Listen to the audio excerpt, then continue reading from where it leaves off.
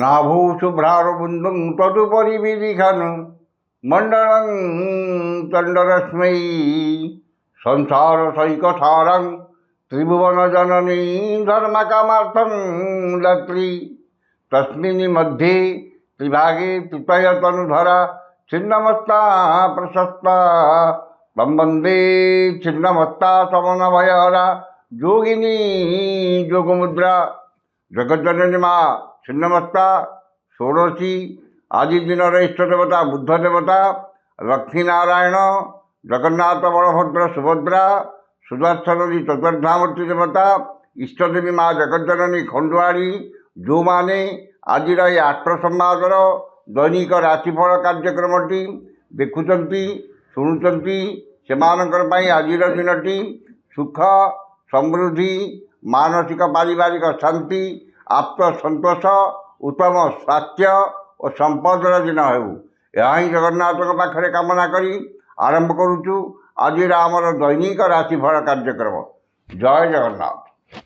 आज जानुआरी मास 8 तारिख 2025 मसीहा धनु 24 दिन पौष मास शुक्ल पक्ष नवमी बुधवार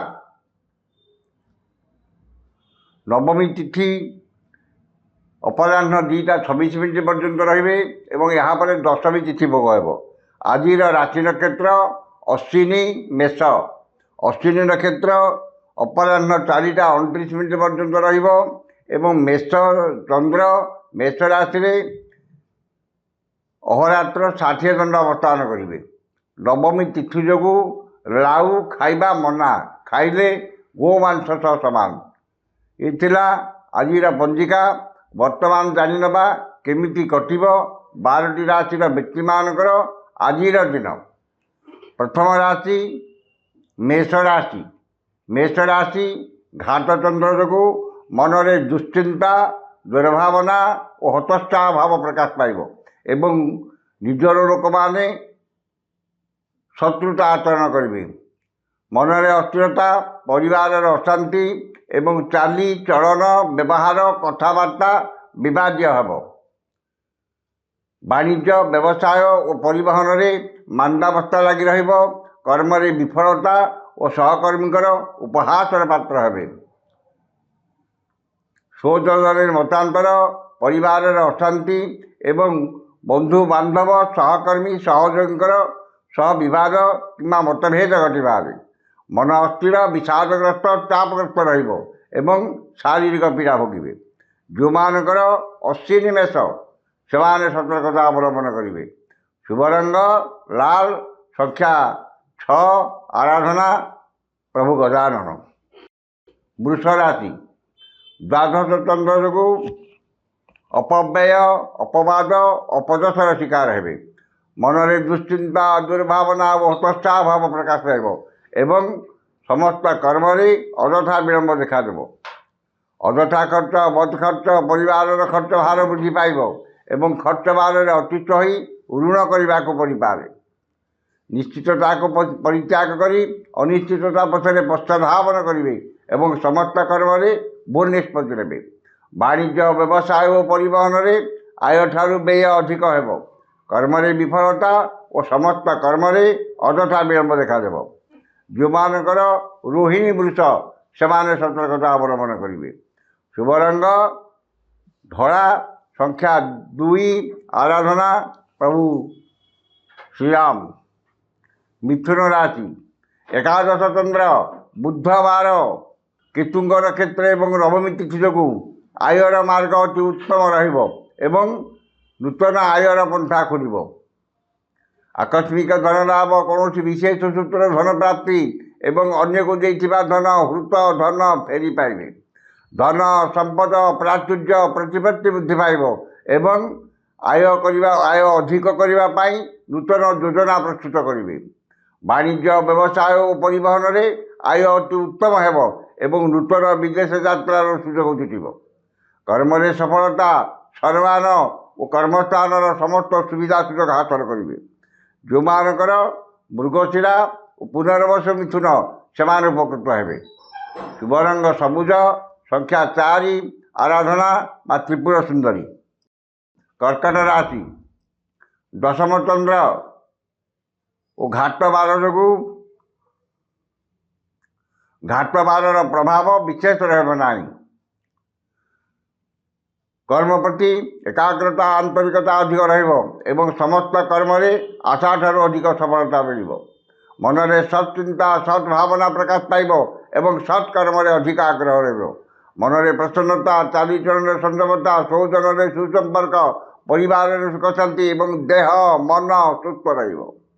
वाणिज्य व्यवसाय और परिवहन में आय जहाँ मनरे आत्मसंतोष आत्मतृप्ति रहिब।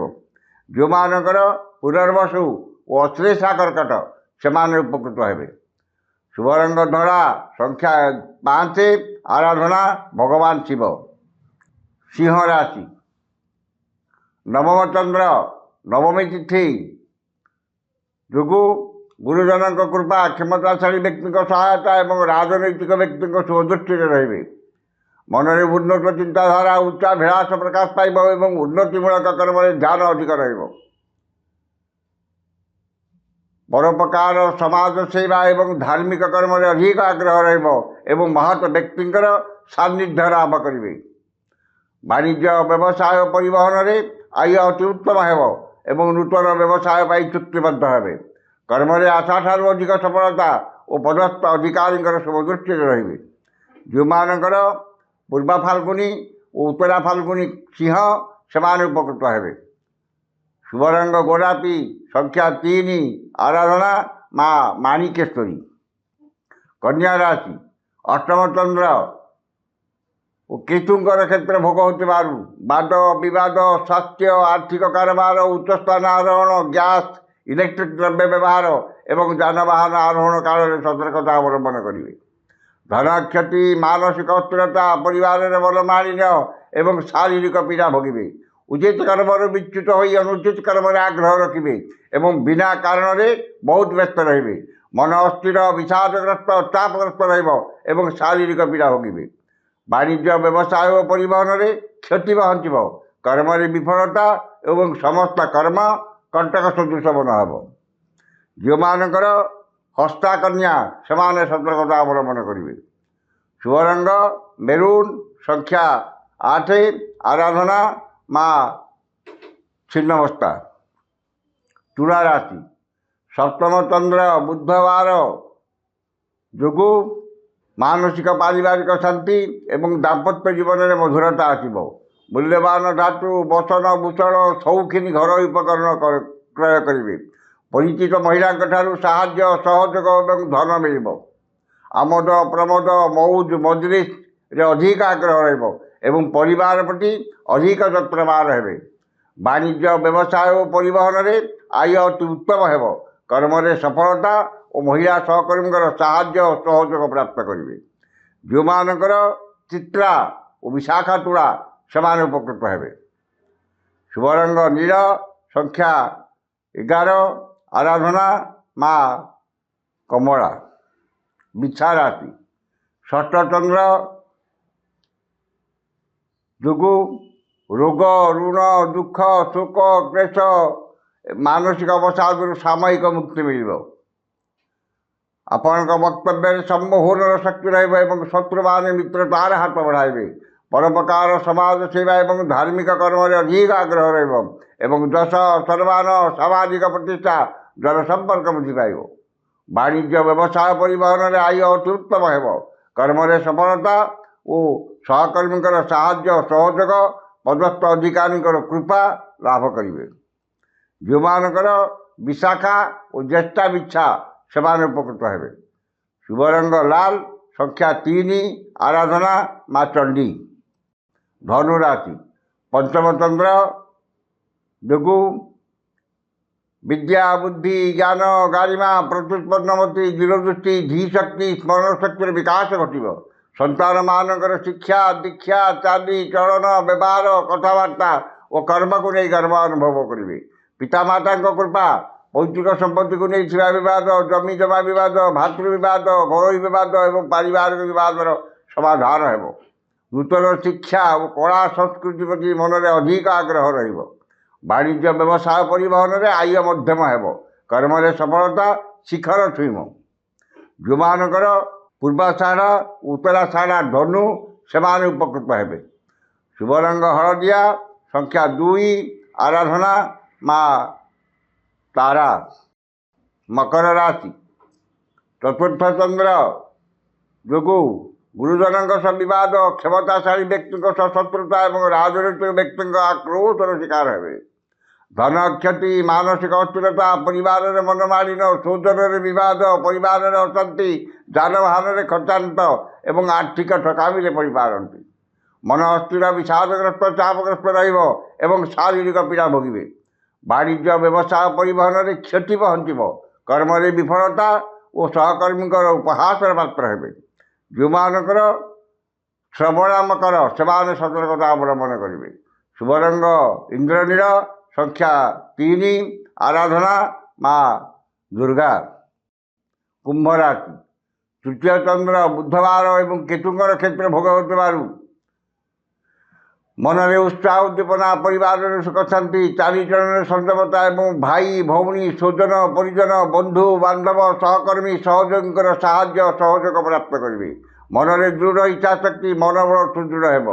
ସୁଖବର ସୁସମ୍ବାଦ ମିଳିବ ଏବଂ ସମସ୍ତ କର୍ମରେ ସୁଚିନ୍ତିତ ପଦକ୍ଷେପ ନେବେ। ବାଣିଜ୍ୟ ବ୍ୟବସାୟ ପରିବହନରେ ଆୟ ଉତ୍ତମ ହେବ।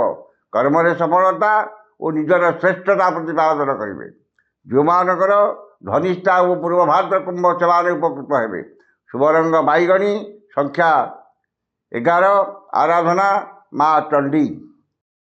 ଶେଷ ରାଶି ମୀନ ରାଶି। ମୀନ ରାଶି, ଦ୍ୱିତୀୟ ଚନ୍ଦ୍ର ଯୋଗୁଁ ଧନ ପ୍ରତି ମନରେ ଅହେତୁକ ଦୁର୍ବଳତା ପ୍ରକାଶ ପାଇବ ଏବଂ ଧନ ଓ ଆୟ ଯେତେ ଅଧିକ ମିଳିଲେ ମଧ୍ୟ ମନରେ ଆତ୍ମସନ୍ତୋଷ ଆତ୍ମତୃପ୍ତି ରହିବ ନାହିଁ। ଖର୍ଚ୍ଚ ପ୍ରତି ଅନାଗ୍ରହ, ସଞ୍ଚୟ ପ୍ରତି ମନରେ ଆଗ୍ରହ ପ୍ରକାଶ ପାଇବ। ବାଣିଜ୍ୟ ବ୍ୟବସାୟ ପରିବହନରେ ଆୟ ଅତି ଉତ୍ତମ ହେବ ଏବଂ ଆୟର କିଛି ଅଂଶ ସଞ୍ଚୟରେ ବିନିଯୋଗ କରିବେ। କର୍ମରେ ସଫଳତା ମିଳିଲେ ମଧ୍ୟ ମନରେ ଆତ୍ମସନ୍ତୋଷ ଆତ୍ମତୃପ୍ତି ମିଳିବ ନାହିଁ। ଯେଉଁମାନଙ୍କର ପୂର୍ବଭାଦ୍ର ଓ ରେବତୀ ମୀନ ସେମାନେ ଉପକୃତ ହେବେ। ଶୁଭ ରଙ୍ଗ ହଳଦିଆ, ସଂଖ୍ୟା 2, ଆରାଧନା ଜଗଜ୍ଜନନୀ ମା ତାରା। ଇଏ ଥିଲା ଆଜିର 12ଟି ରାଶିର ଦୈନିକ ରାଶିଫଳ। ଆଜିର ରାଶିଫଳ ସମସ୍ତ ରାଶିର ବ୍ୟକ୍ତିମାନେ ଦିନଟି ଶୁଭ ହେବା ପାଇଁ ଉକ୍ତ ମନ୍ତ୍ରଟି ଋଷ୍ୟାଦି କରି ପାଠ କରନ୍ତୁ। ଋଷ୍ୟାଦିଟି ହେଲା ମଙ୍ଗଶ୍ରୀ ବୁଦ୍ଧ ମହାମନ୍ତ୍ରସ୍ୟ କାତ୍ୟାୟନ ଋଷି ଅନୁଷ୍ଠୁପ ଛନ୍ଦଃ ଅଦ୍ୟ ଦିବସ ଦିବସାଧିପତି ବୁଦ୍ଧ ଦେବତା ସୁବୃତୟେ ବୁଦ୍ଧ ଦେବତା ମନ୍ତ୍ର 178 ସଂଖ୍ୟକ ମନ୍ତ୍ର ଜପେ ବିନିଯୋଗ। ଏଠି ଋଷ୍ୟାଦିଟି ଥରେ ପଢ଼ିବେ ଏବଂ ମନ୍ତ୍ରଟି ହେଲା ଏବଂ ଐଂ ଶ୍ରୀଂ ଶ୍ରୀଂ ବୁଦ୍ଧାୟ ନମଃ। ଏ ମନ୍ତ୍ରଟିକୁ ସକାଳେ 108 ଏବଂ ସନ୍ଧ୍ୟାବେଳେ 108 ପାଠ କରନ୍ତୁ। ନିଶ୍ଚିତ ଭାବରେ ଦିନଟି ଆପଣଙ୍କର ମଙ୍ଗଳମୟ ଏବଂ ଶୁଭମୟ ହେବ। ଆଜି ତ ସମୟ ସରିଯାଇଛି, ଆସନ୍ତାକାଲି ଦେଖା ହେବ ଠିକ୍ ଏହି ସମୟରେ। ବିଦାୟ ଦିଅନ୍ତୁ। ଜୟ ଜଗନ୍ନାଥ।